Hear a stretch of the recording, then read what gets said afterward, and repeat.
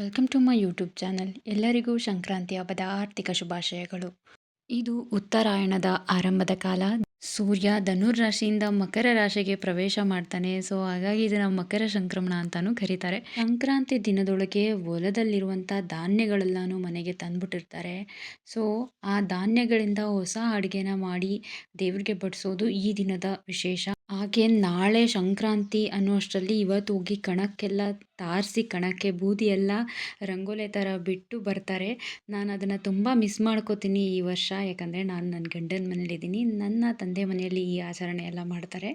So ಹಂಗಾಗಿ ಅದರ ನೆನಪಿಗಾಗಿ ನಾನು ದೊಡ್ಡ ರಂಗೋಲೆ ಬಿಡೋಣ ಅಂತ ಹೇಳಿ ನನ್ನ ಬಾಗಿಲಿಗೆ ದೊಡ್ಡದಾಗಿ ರಂಗೋಲೆ ಬಿಡ್ತಾ ಇದ್ದೀನಿ. ನನ್ನ ತಂದೆ ಮನೆಯಲ್ಲಿ ಇವತ್ತು ಪೊಂಗಲ್, ಹಾಗೆ ಪುಳಿಯೋಗರೆ, ಹಾಗೆ ಮೊಸರನ್ನ, ಹಿಚ್ಕಿದ ಅವರೆಕಾಳು ಸಾಂಬಾರ್, ಕುಂಬಳಕಾಯಿ ಹಾಗೆ ಅವರೆಕಾಳು ಹಾಕಿ ಪಲ್ಯ ಮಾಡ್ತಾರೆ. ಆ ಪಲ್ಯಕ್ಕೆ ಹುಚ್ಚೆಳ್ಳನ್ನ ಪುಡಿ ಮಾಡಿ ಉದುರಿಸ್ತಾರೆ. ಇದು ಕಂಪಲ್ಸರಿ ಮಾಡ್ತಾರೆ. ಇದು ಪ್ರತಿ ಸಂಕ್ರಾಂತಿಯಲ್ಲಿ ಈ ಮೆನ್ಯೂ ಇರುತ್ತೆ. ಆದರೆ ತಿನ್ನೋಕ್ಕೆ ತುಂಬ ಖುಷಿ ಆಗುತ್ತೆ. ಇವಾಗ್ಲೂ ನಾನು ನೆನ್ಕೋತೀನಿ, ಹಾಗೆ ತುಂಬ ಮಿಸ್ ಮಾಡ್ಕೋತೀನಿ.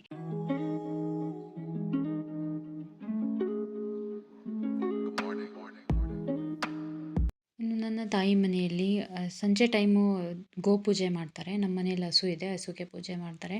ನಾನಂತೂ ಪ್ರತಿ ವರ್ಷ ನಾನೇ ಮುಂದೆ ನಿಂತು ಅದನ್ನು ಮಾಡ್ತಾಯಿದ್ದೆ. ಯಾರಿಗೂ ಬಿಡ್ತಾ ಇರಲಿಲ್ಲ. ನಾನೇ ಎಲ್ಲ ಅರೇಂಜ್ ಮಾಡಿ, ಪೂಜೆ ಸಾಮಾನು ಎಲ್ಲ ಅರೇಂಜ್ ಮಾಡಿ ಹೋಗಿ ಪೂಜೆ ಎಲ್ಲ ಮಾಡ್ತಾಯಿದ್ದೆ. ಅದನ್ನು ಕೂಡ ಮಿಸ್ ಮಾಡ್ಕೋತೀನಿ. ಆದರೆ ನಮ್ಮ ಮನೆಯಲ್ಲಿ, ನನ್ನ ಗಂಡನ ಮನೆಯಲ್ಲಿ ಒಂದು ಪುಟಾಣಿ ಬೆಳ್ಳಿ ಕಾಮಧೇನು ಇದೆ. ಅದಕ್ಕೆ ನಾನು ಅಭಿಷೇಕ ಮಾಡೋಣ ಅಂತೇಳಿ ಅಂದ್ಕೊಂಡು ಎಲ್ಲ ಪ್ರಿಪ್ರೇಷನ್ ಮಾಡ್ಕೊಂಡಿದ್ದೀನಿ. ರಂಗೋಲಿ ಎಲ್ಲ ಬಿಡಿಸಿ ಸ್ನಾನ ಮಾಡುವಷ್ಟರಲ್ಲಿ 5:30 ಆಗೋಗಿತ್ತು.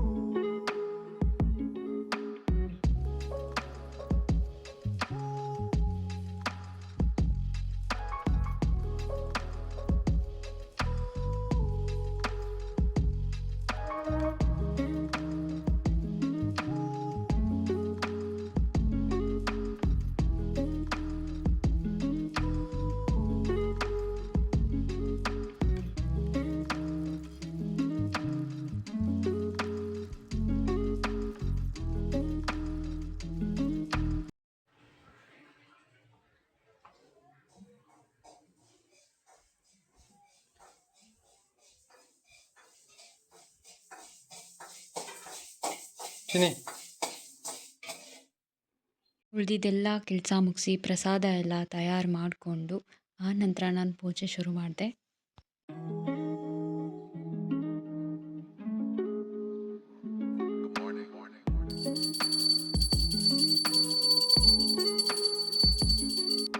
ದೇವರು ನಿಮಗೆ, ನಮಗೆ ಎಲ್ಲರಿಗೂ ಆಯಸ್ಸು, ಆರೋಗ್ಯ, ಸಕಲ ಸೌಭಾಗ್ಯಗಳನ್ನು ಕೊಟ್ಟು ಕಾಪಾಡಲಿ ಅಂತ ಕೇಳ್ಕೊತೀನಿ. ಹಾಗೆ ಮತ್ತೊಮ್ಮೆ ಎಲ್ಲರಿಗೂ ಮಕರ ಸಂಕ್ರಾಂತಿಯ ಆರ್ಥಿಕ ಶುಭಾಶಯಗಳು.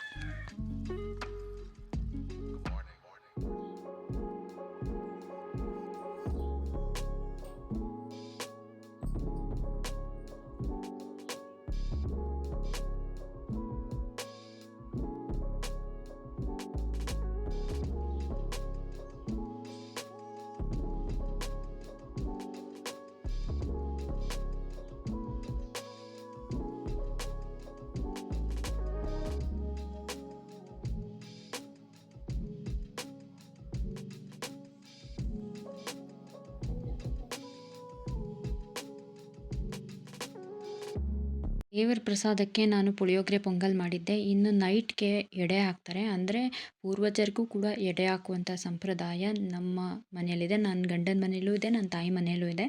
ಸಂಜೆ ಟೈಮ್ಗೆ ಅವ್ರು ಹಾಕ್ತಾರೆ. ನಮ್ಮತ್ತೆ ವಡೆ ಪಾಯಸ ಮಾಡ್ತಾಯಿದ್ರು.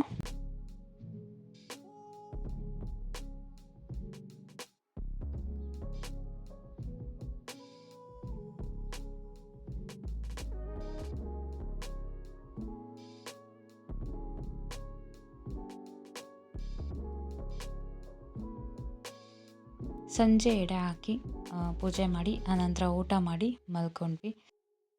ಸೊ ನಮ್ಮ ಸಂಕ್ರಾಂತಿ ಈ ರೀತಿಯಾಗಿತ್ತು. ಇದು ಮಾರನೇ ದಿನ ಬೆಳಗ್ಗೆ ಹೇಳೋದು ತುಂಬ ತಡ ಆಯಿತು. ಯಾಕಂದರೆ ನೆನ್ನೆ ಹಬ್ಬದ ತಯಾರಿಯಲ್ಲಿ ಲೇಟಾಗಿ ಮಲ್ಕೊಂಡಿದ್ದೆ, ಹಾಗೆ ಬೇಗ ಎದ್ದಿದ್ದೆ. ಹಾಗೆ ಸ್ವಲ್ಪ ಟೈರ್ಡ್ನೆಸ್ ಇದ್ದಿದ್ದರಿಂದ ತಡ ಆಯಿತು. ಎದ್ದು ನನ್ನ ಅಜ್ಜಿ ಮನೆಗೆ ಪಾಯಸ ತೊಗೊಂಡೋಗಿ ಕೊಡ್ತಾಯಿದ್ದೀನಿ. ರಾತ್ರಿ ಕೊಟ್ಟಿರಲಿಲ್ಲ, ಆ ಕಡೆ ಹೋಗೋಕ್ಕಾಗಿರಲಿಲ್ಲ. ಹಂಗಾಗಿ ಚಪಾತಿ ಮನೆ ಇದ್ರೆ ಕೆಳಗಡೆ ಕುತ್ಕೊಂಡು ನೀಟಾಗಿ ಕುತ್ಕೊಳ್ವಿ. ಅಮ್ಮನಿಗೆ ಹೇಳಿ ಅವಳಿನ್ನೂ ಎದ್ದಿಲ್ಲ. ಕಾಯಿ ತುರಿ ಕೊಬ್ಬರಿ ತರಕಾರಿ ಎಲ್ಲಾನು ವಾರದ್ಬಿಟ್ಟು ಎಷ್ಟು ತರಕಾರಿ ತುರ್ದವಳೆ ಹುರಿಯಾಕೆ ಮಳೆ ಇಲ್ಲ. ಲಾತ ಹೋದ್ರ ಅಂತಾಳೆ, ಲಾತ ಅಂತಾಳೆ, ಮಂಜಿ ಕೊಟ್ಟಿವಿ ಅಂತಾಳೆ. ಮಂಜಿ ನಾನು ಈಸ್ಕೊಂಡೆ ಬಂದ ಕಾಯಿ ತುರಿ ಮಣಿ ಕಡೆ ಕಾಯಿ ತುರಿಯೋದು ಅಲ್ಲೇ ಅದೇ ಅಂತವ್ನೆ. ನನ್ ಕೊಬ್ಬರಿ ತುರಿಯೋದು ಹೋಗಿ ಇಸ್ಕೊಬರೋಗು ಅಂದ್ರೆ ಕಾಯಿ ತುರಿ ಕೇಳುದಲ್ಲ. ಕಾಯಿ ತುರಿ ಮಣೆ ಇಸ್ಕೊಬರೋದು ಅಲ್ಲೇ ಊಟ ಹಾಕೊಂಡ್ಬಿಟ್ಟಿದ್ದಾರೆ ಅಮ್ಮವ್ರು. ದೊಡ್ಡಮ್ಮ ಇವತ್ತು ಮಾಂಸ ತರಕಿಲ್ಲ, ಎಲ್ಲಿ ಕೂದಿಲ್ಲ, ನಾಳೆ ತರ್ತೀನಿ ವಾರ ಮಾಡ್ದಂಗೆ ಅಂತ ನಮ್ಮದು ಹೇಳಿದ್ಮೇಲೆ ಇನ್ನೊಂದು ಕೆಲಸ ಹೋದರೆ ಏನಾದರೂ ಒಂದು ಮಾತಾಡ್ತಾನೆ ಇರ್ತಾರೆ. ಅವ್ರ ಮಾತು ಕೇಳೋದೇ ಒಂದು ಚೆಂದ. ನಿನ್ನೆ ನನ್ನ ತಾಯಿ ಮನೆಗೆ ಹೋಗೋಕ್ಕಾಗಿರಲಿಲ್ಲ. ಇವತ್ತು ಹೋಗಿ ಬರೋಣ ಅಂತ ಹೇಳಿ ಅಂದ್ಕೊಂಡಿದ್ದೀವಿ. ಅದಕ್ಕಾಗಿ ನಮ್ಮ ಅಜ್ಜಿನೂ ಕರೆದೆ ಬನ್ನಿ ನೀವೂ ಅಂತ. ಅವರು ಬರ್ತೀನಿ ಅಂತ ಅಂದರು. ಅವ್ರನ್ನೂ ಕರ್ಕೊಂಡು ಸಂಜೆಗೆ ನಾನು ನಮ್ಮ ತಾಯಿ ಮನೆಗೆ ಹೋಗಬೇಕು.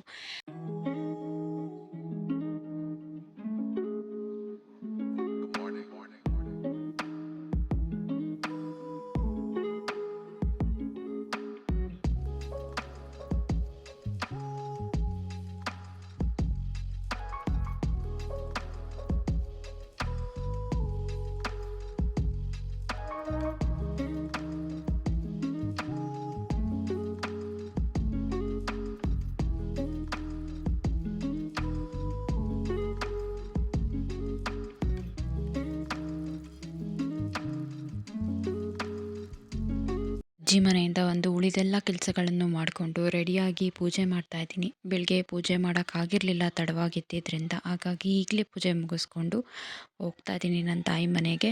ಅಲ್ಲಿಂದ ಬಂದು ಪೂಜೆ ಮಾಡೋಕ್ಕಾಗಲ್ಲ, ಯಾಕಂದರೆ ನಾನು ನಾನ್ ವೆಜ್ ತಿಂದ್ಬಿಟ್ಟಿರ್ತೀನಿ. ಹಾಗೆ ಹೋಗಬೇಕಾದ್ರೆ ನಮ್ಮ ತೋಟದಲ್ಲಿ ಬೆಳೆದಿದ್ದಂಥ ಬಾಳೆಹಣ್ಣು ಕೂಡ ತೊಗೊಂಡು ಹೋಗ್ತಾಯಿದ್ದೀನಿ.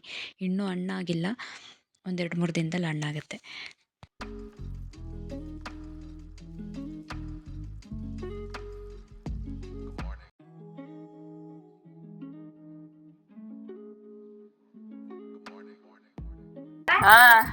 ಚೆನ್ನಾಗಿದ್ಯಾ? ಚೆನ್ನಾಗಿದ್ದೀರಾ? ಹೆಂಗೆ ಸೆಲೆಬ್ರೇಷನ್ ಮಾಡ್ತಾ ಇದ್ದೀವಿ ಇವತ್ತು? ಊಟ ಮಾಡಿಕೊಂಡು ವಾಪಸ್ ಮನೆಗೆ ಬಂದ್ವಿ. ಬರೋಷ್ಟರಲ್ಲಿ 7 ಗಂಟೆ ಆಗಿತ್ತು.